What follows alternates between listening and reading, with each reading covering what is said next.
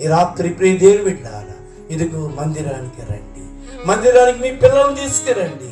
మందిరానికి నీవు నీ కుటుంబంతో రా. వచ్చి దేవుని ఎదుట సాగిలపడి ప్రభుని స్తుతించు. మందిరమునకు రండి, దేవుని ఆలయముకు రండి. అయ్యా మాకు కష్టపడి పని ఉందండి అంటారు. నాకు తెలుసు ఈ దినాల్లో పశ్చాత్తాపం వస్తుంది.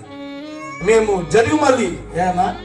జరుగుమల్లిలో చిత్రపాలెం నుండి మేము కాలువ దాటి ఏదది నందనవనం వెళ్ళాము.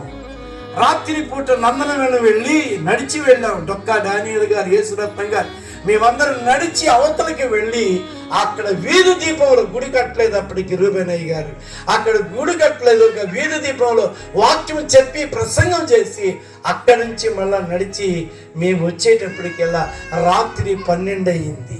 పచ్చాకు పనులు జరుగుతున్నాయి, చలికాలం. ఆ పచ్చాకు పనులకి వచ్చి, అయ్యా పాస్టర్లు వచ్చారంటారా, అలా నమ్మకం లేదంటారా అంటే ఒక ఇంట్లోంచి టిఫిన్ తీసుకొచ్చి ఇచ్చారు. మా 4గురికి ఒక్క ముద్ద మాత్రమే ఆ సద్దాన్ని వచ్చారు. ఆ సద్దాన్ని వేసుకుని తిన్నాము, ఆ సద్దాన్ని తిని ఉన్నాము. అంతలోకి ఇంకొక అమ్మ, అదే పాస్టర్లు వచ్చారంట, వాళ్ళకి అన్నం లేదంట, ఇంకొక సద్దాన్ని వచ్చింది, ఇంకొక సద్దాన్ని తెచ్చారు, తెచ్చారు. ఒక్కొక్కరు ఒక్కొక్క ముద్ద తిని ఆ రాత్రి పడుకున్నాం. అక్కడ మేనేజర్ ఐజియా, అప్పుడు మేము అక్కడే పడుకున్నాం.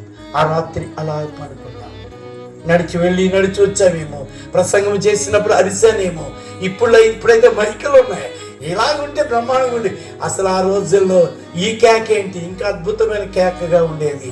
కానీ దేవుడు ఆ దినాల్లో మాకు ఉన్నా లేకపోయినా ఈ ప్రాంత సేవ కొరకు రూబెనయ్య గారు, యాకోబు నాయన గారు, భక్తులు, దేవుని సేవకులు కష్టపడి పరిచర్య చేసి ఈ ప్రాంతంలో చర్చెస్ కట్టి ఇక్కడ సేవకులు వచ్చి దైవ సేవ జరగాలి ఇక్కడ అన్నారు.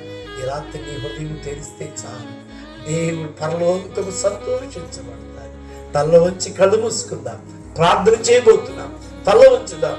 ఈ రాత్రి యాక్సెప్ట్ చేస్తావా? యేసుని అంగీకరిస్తావా? ప్రభుని అంగీకరించి మారు మనసు పొంది నీ పాపం ఒప్పుకుంటావా?